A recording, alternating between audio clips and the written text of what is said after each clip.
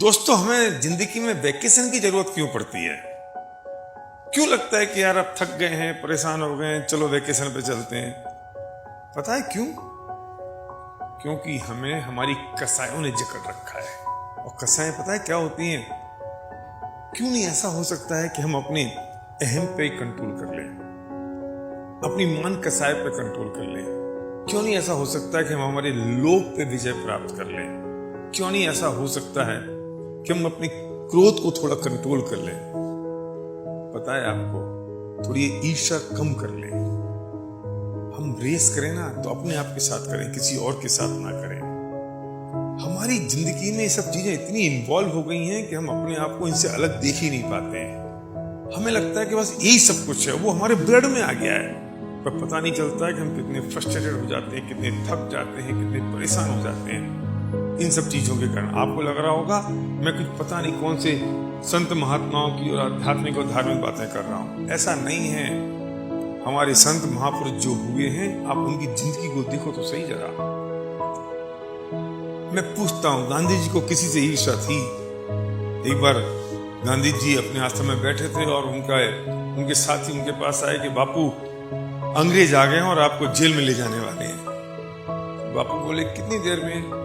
2 घंटे में। तो कोई बात नहीं, मैंने जरा खाना खाया है, मैं जरा थोड़ी देर झपकी ले लूं और जैसे ही वो आ जाए तो मुझे जगा देना। आप सोच सकते हो हमारे साथ ऐसा कभी हो सकता है कि हमें अगर कोई पुलिस वाला जेल ले जाने के लिए हो और हम कहेंगे जरा हम झपकी ले ले? हमें नींद आ सकती है? हमें तो पता नहीं कौन सी बात हमारी नींद, रातों की नींद खराब हो जाती है और हम करवट बदलते रहते हैं। पता है गांधी जी का एटीट्यूड क्या था? Take it easy and let's celebrate.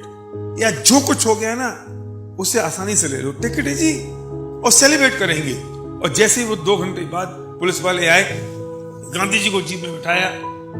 जैसे ही वो जीप में बैठे और जीप चलने को हुई तो उन्होंने ड्राइवर को कहा कि रुक जा, और अपने सहयोगी को बुला के कहा कि सुनो, बिरला जी के यहाँ दूध गया था, 25 पैसे बकाया है, मुंह मंगवा लेना।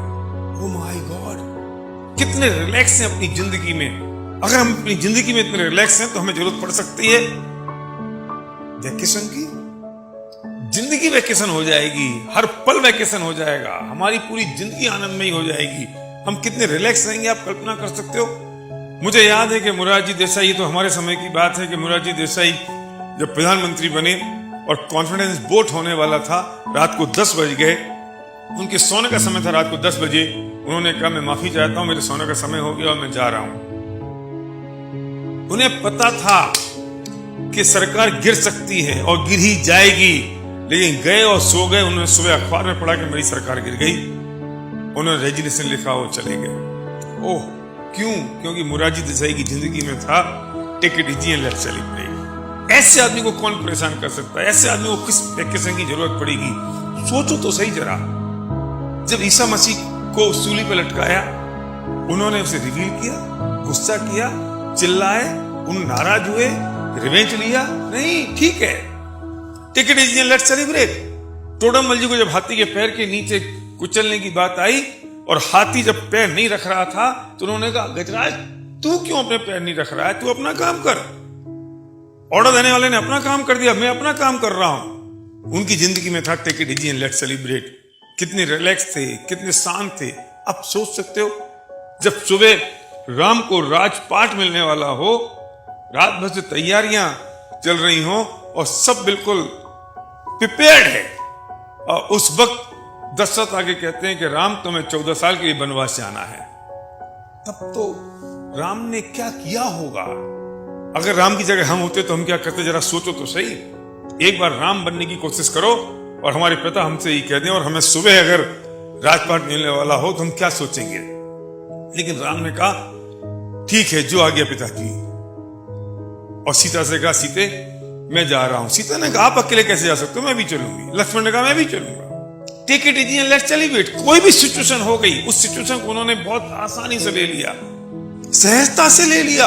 हमारी जिंदगी में वो सहजता होनी चाहिए, क्योंकि जो पल गया वो अब वापस आएगा नहीं।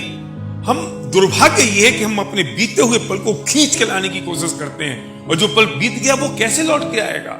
और हम परेशान इस बात के लिए होते हैं बस वो आ जाए लौट के। मैंने अपनी आंखों से मेरे पिता की जिंदगी देखी है। उनकी जिंदगी में कितनी सहजता थी, कितने सरलता से वो रहते थे।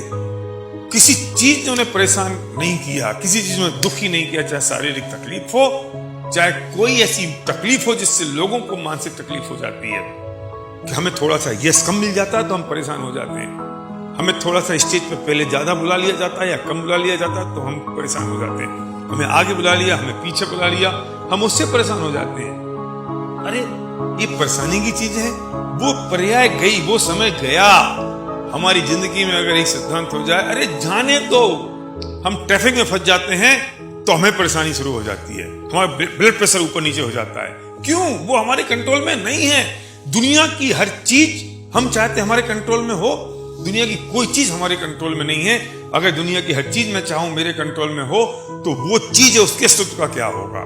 अगर मैं चाहता हूं कि ये व्यक्ति मेरे कंट्रोल में चले तो उसके अस्तित्व का क्या होगा? अरे वो उसके कर्मों के हिसाब से उसकी स्थिति बननी है, मेरे कर्मों के हिसाब से मेरी स्थिति बननी है। Take it easy and let's celebrate. जो घटना घट रही है उसे बहुत आसानी के साथ ले लो, जो हो रहा है उसे बहुत सहजता के साथ ले लो। जो घट रहा है वो पल जा चुका वो पल, क्या फर्क पड़ता है?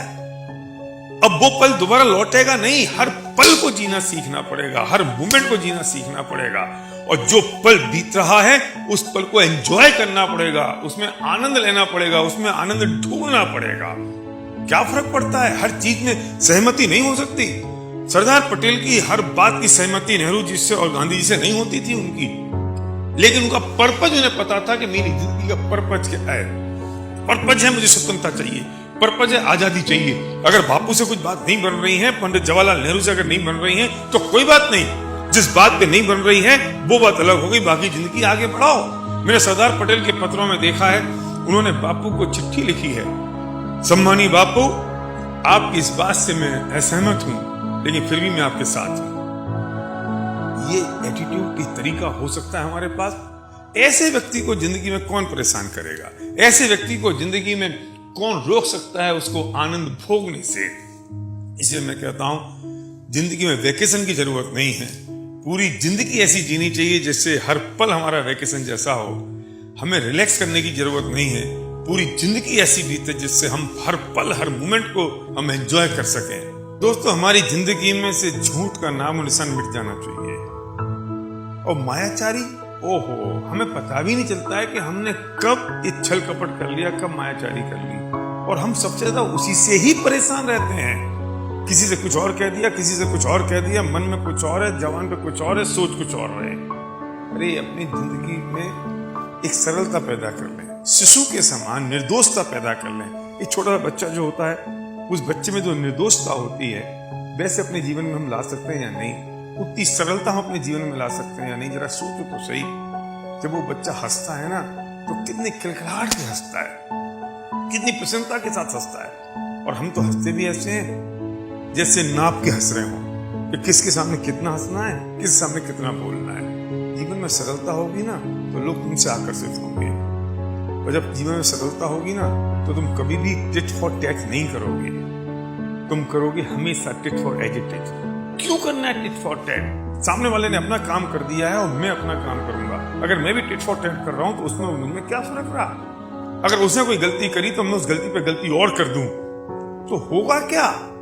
अगर उसने इतनी कसाएं पाल के रखी तो उतनी कसाएं मैं भी पाल लूं। जिंदगी में टिट फॉर टैट मत करना, जिंदगी में हमेशा टिट फॉर एजिटेट करना। लोग तुम्हारी आलोचना करेंगे, तुम आलोचना की चिंता मत करो, क्योंकि आलोचकों के कभी भी स्मारक नहीं बने हैं, लोगों ने उन्हें पूजा नहीं है।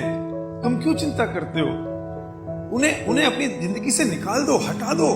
किसी ने कहीं पे कोई आलोचना करी और हम उससे परेशान हो गए, हमारी जिंदगी बर्बाद हो गई, और वो तो क्या हुआ कि निपट गया और हम उसके पीछे लगे पड़े। हमने बातों को पकड़ के रखा हुआ है। छोड़ो ना, जाने दो ना, क्या फर्क पड़ता है? किसकी आलोचना नहीं हुई इस दुनिया में? किसकी नहीं हुई? हर व्यक्ति की आलोचना हुई है, हर व्यक्ति के विरोधी खड़े हुए हैं। देख लो, चाहे राम के हो, चाहे गांधी जी के हो, चाहे आपके पड़ोसी के हो, चाहे आपके हो। तो क्यों चिंता करना है? बस आपकी जिंदगी सिद्धांतों पर हो, आपकी जिंदगी प्रिंसिपल बेस हो, आपकी जिंदगी में सच्चाई, ईमानदारी, ऑनेस्टी और ट्रांसपेरेंसी हो, फिर कोई कुछ भी करने दो ना, क्या फर्क पड़ता है? और जब हमें फर्क पड़ता है और हम टिट फॉर टैट की बात करते हैं तो हमारी जिंदगी खराब होती है।